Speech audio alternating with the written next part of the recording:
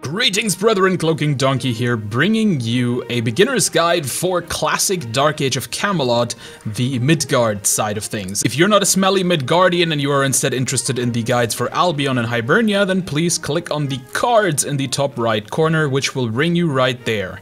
Alternatively, you can also find the links down in the description below this video. If you are brand new to DAoC of Camelot or old school MMORPGs in general, and during the course of this video encounter any sort of lingo that you're not familiar with, I also have a video that will explain pretty much all of the lingo you need to know to understand this guide in my beginner's guide primer. But if you are about to become a horrible, unwashed barbarian from the Northlands, then stick around and find out everything you need to know to get started. First of all, DAoC of Camelot is of course a class-based MMORPG, and because it is such a venerable game, the class choices aren't irrelevant. There are certainly some differences to some of the classes, and there are some classes that I would not necessarily recommend to newer players, so let's get into it.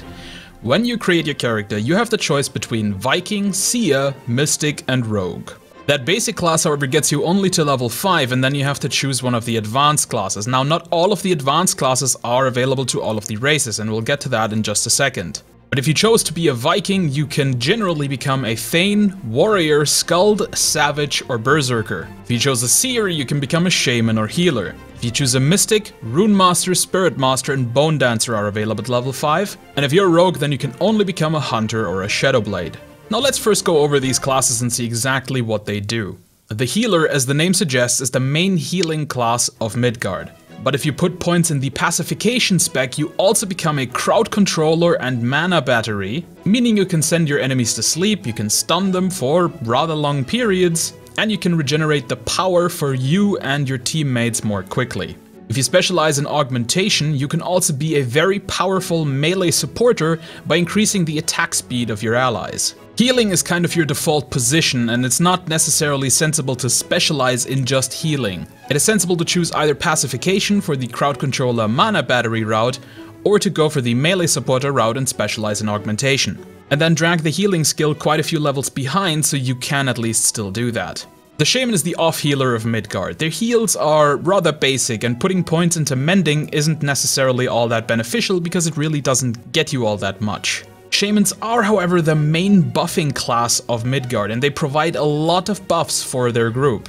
They also have the highly sought after endurance regeneration buff, which only ever is on one class in every realm, and that makes Shamans very important for every leveling and RVR group. Shamans are also pretty decent at debuffing. The Skald is the speed class of Midgard, which means you can make your group run really quickly, and that is quite important for both RVR and PvE in a lot of cases. The Skalds are hybrid tanks, which means they don't do as much damage and aren't quite as tanky as some of the other tanks, but they still do a decent amount of damage in melee. And they have a power bar and the ability to use damaging combat shouts, which gives them a little upper hand on the burst side of things. They're also melee supporters and provide a very handy damage add to the group. More importantly, their damage add is a song, and as such does stack with the buff type of damage add that is provided by the Shaman or the Rune Master. Warriors are the main tanks of Midgard, and they're also solid damage dealers because they don't have to split their points between several weapons as the main tanks of the other realms have to do. You put your points in sword and that goes toward one-handed and two-handed swords. And that makes warriors a very healthy addition to any group. The Rune Master is the main single target damage caster of Midgard. In their suppression specialization line, they are also the Bubble class of Midgard. Bubble is an effect that when active on a player catches the next melee hit directed towards them. A very powerful ability that can negate a lot of damage both in PvE and RVR. The Darkness specialization, while certainly focused on damage dealing, is also really good for melee support because it adds another damage add, and not just any damage add, the best damage add you can find in Midgard. Which makes Rune Masters also very good for leveling groups. The Berserker is a light tank. That means they are not necessarily that great at tanking, but can do so in a pinch if at all necessary. But the great thing about Berserkers is that they are the main melee damage dealers, and if they have some good melee support from Skalds or Rune Masters, they become absolutely insane damage machines. The same goes for the Savage. They are also light tanks and they are also very good damage dealers. However, they don't start out quite as good as the Berserker. They take a little bit longer in their lifetime to become very solid melee damage dealers. But when they do, they are just as good as Berserkers. Thanes are pretty decent tanks as well. Not quite as good as the Warriors, but still alright. They are, however, hybrid tanks and use a lot of magic as well. This means that they can't get a specific RVR ability that is rather important for tanks. And that means if you want to do competitive 8 versus 8 RVR, you are not going to be able to play a Thane. However, Thanes still have plenty of uses in casual RVR and are certainly a pretty damn good solo farming class. In their suppression specialization line, Spirit Masters become the bomb caster of Midgard. These casters are called that because they have a point-blank area of effect damage spell that causes absurd amounts of damage right around them. Which means if the tanks hold a bunch of mobs in place and you can run in the middle and give them 1/4 with your AoE ability, you will do a lot of damage. The problem is that Midgard doesn't really support this playstyle very well.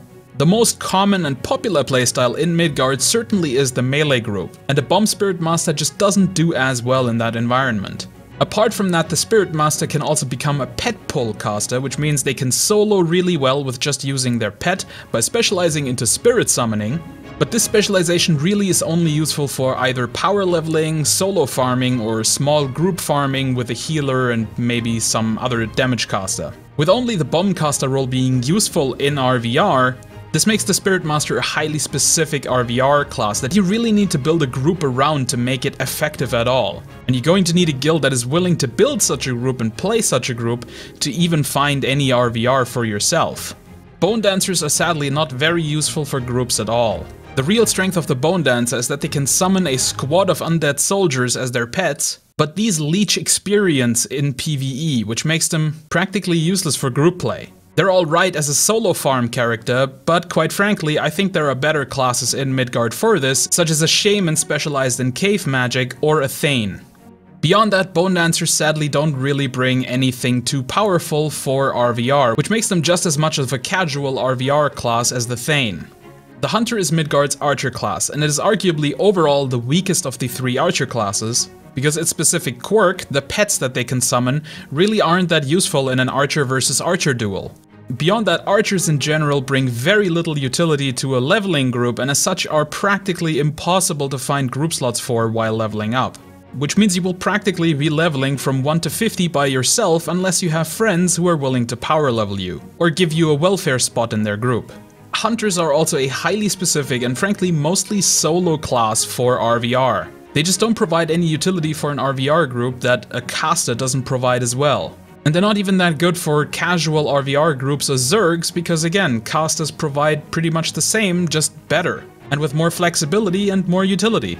The Shadowblade is the Assassin class, and it is pretty much an entirely pure solo RVR class. You can team up with other Shadowblades to form your little stealth groups, but don't expect to ever get an actual RVR group with your Shadowblade.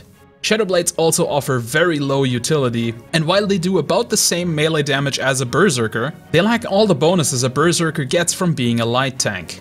Both Hunters and Shadowblades are very specialized classes, and while there are plenty of people who absolutely love their stealthing RVR classes in Dark Age of Camelot, I would certainly not recommend these classes as a first choice for any new players. So if you have never played Dark Age of Camelot before, I would certainly advise you to pick something that isn't a Hunter or a Shadowblade if you're playing on Midgard, because your first experience with the game will be far more pleasant. Once you are a little bit more experienced at the game, you can still go back and make one of these classes if you really want to. Alright, now on to the race choices. Not every race in Dark Age of Camelot can become every class, so it's definitely beneficial to look at this chart beforehand to make sure you are picking the correct race so that you can actually get the class that you eventually want to be. For example, if you create a Kobold Viking, you can only become a warrior or a savage. If you want to be a Berserker, Skald, or Thane, you have to do another race instead. Alright, now let me explain the colors on this chart. The green marked races are technically the best choice you can make for this class. That being said, however, for most classes in this game, you really can be any of the races that can be that class and still be relatively decent. There are some exceptions to that in a bit, but for now let's just look at the Vikings. Every single Viking class has the troll in green, and that is definitely the case. The troll is simply the best choice for every Viking class. Reason being, Midgard works in a specific way that just favors the troll, and that is because trolls start with 100 strength and have only 35 quickness. And that is because trolls start with 100 strength and only 35 quickness, which, in relation to Midgard, is actually pretty good. That being said, however, when everything is said and done at the maximum level with full gear, fully buffed, and all the bells and whistles that your character can have, it makes about a difference of 3 to 4% over the Norsemen. And so if you're not interested in mega competitive 8 versus 8 RVR and you just want to play RVR like normal people, then it really isn't necessary to be a troll, and you can be practically any of these races, even the red ones. The yellow ones are marked yellow because these races are still absolutely fine.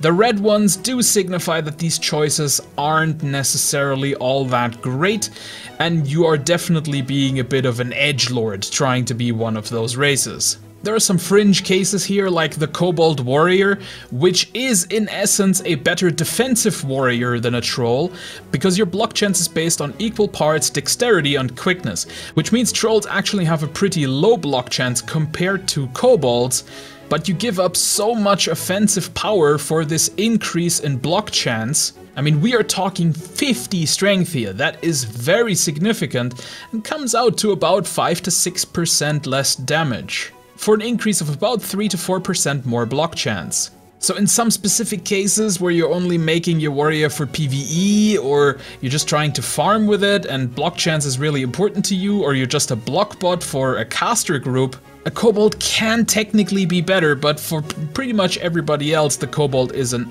absolutely inferior choice, and you are much better off just taking a Norseman or a dwarf if you want to go slightly more on the defensive side. And another reason why the troll is so damn good for all of the Viking classes is because all of the Viking classes use pretty much the same weapons: swords, hammer, and axes. All three of these are 100% based on strength. The only exception to this in Midgard is the hand-to-hand specialization line of the Savage. That is actually based 50-50 on strength and dexterity. As such, your stat distribution is also going to be a little bit different in the beginning, and it does make Kobold a valid choice for this class. If you're looking for ultra mega competitive stat optimization, then you probably still want to go with the Troll because of the lower quickness. Kobolds come with higher dexterity, but like most of the other races with high dexterity, they also have high quickness to begin with. In fact, double the quickness of the troll, and that is a little bit of a drawback. However, the margin between these two is far, far smaller and really only comes out to, I think, 1.8%. And I'm sorry, but that absolutely just doesn't matter, because Dark Age of Camelot is not played on paper, and 1.8% is not really going to matter in literally 99.99999% of cases. There are some exceptions to this, however, and that is when we come to the caster classes. If you go for a Shaman, Rune Master, or Spirit Master, you should absolutely go with a Kobold. The way caster classes work in Dark Age of Camelot is that they are incredibly heavily reliant on casting speed, and your casting speed is directly impacted by your dexterity. So the more dexterity you have, the faster you cast. Not only does this obviously increase the amount of damage and healing you can put out, it also reduces the chance of you actually being interrupted by people hitting you. Because spell interruption is based on a percentage of how far you are already along in your spellcasting process. So if your spellcasting time is shorter, you reach higher percentages of that spellcasting time much more quickly. And so you should really always pick the highest dexterity race possible for a caster. You can still be any of the other races, but you are definitely making an inferior choice here, and you should absolutely be apprised of this. That being said, if you absolutely totally want to be a Dwarf Rune Master, then go and be a Dwarf Rune Master. It's not going to make your character unplayable or gimp it beyond reason, but you're certainly not going to be as strong as a Kobold Rune Master would be. The reason Vulcan is yellow is because it only has 5 less dexterity than the Kobold, so it's still actually a pretty decent choice for a Bone Dancer. And the same goes for the Hunter, which is also a dexterity-based class. Shadowblade, on the other hand, is absolutely not dexterity based whatsoever, and it is absolutely the Norseman which wins out over the Kobold. The only thing the Kobold does for a Shadowblade is the size. Being small is of course an advantage in RVR, because people have a harder time seeing you, but that doesn't make it a better choice than Norseman for Shadowblade. If you watch my other realm character creation guides, you will see that the stat distribution is a little bit different on Midgard. And there's a reason for that. In Classic Dark Age of Camelot, Midgard is the only realm that has ready access to Celerity. Celerity is a buff that for a short time increases the attack speed of everyone in the group of the Celerity user. And this is a very significant attack speed increase of up to almost 40%. And because it is a percentual attack speed increase, it does more for targets that have lower quickness. This once again really benefits the troll and just makes their lead over the other classes even better. And at the same time, it makes points in quickness far less valuable than they are on the other realms that don't have celerity, because every point you invest in quickness will actually not be worth that much in the end. And it actually makes it more sensible to put an extra 5 points in strength, just for the increased weapon skill, the increased weapon damage, and all that business. With all the caster classes, you want to go for 15 dex, because once again, dex is just the best for casters, and piety because that is the casting attribute in Midgard. Midgard spells are based on their mighty gods, and as such, it is piety and not intelligence. Alright, and that is everything you need to know for the character creation process in Classic Dark Age of Camelot. If you're interested in the character creation for Albion or Hibernia instead, please click on the cards that are available at the top right corner. Or if you're looking for a leveling guide for one of the 3 realms, also find these in the cards or linked in the description below the video. I hope you enjoyed this guide, and if you did, please consider giving the video a like and think about subscribing, because I make all sorts of neat content about MMORPGs, the new ones and the old. And if you're watching this right after it's uploaded, do remember that it takes me some time to upload the rest of the videos, so they're not going to be available right away, even though I'm telling you the cards are available at the top right corner, which they're not going to be right after this video goes online. But until then, I've been the Cloaking Donkey, and I'll see you in another video!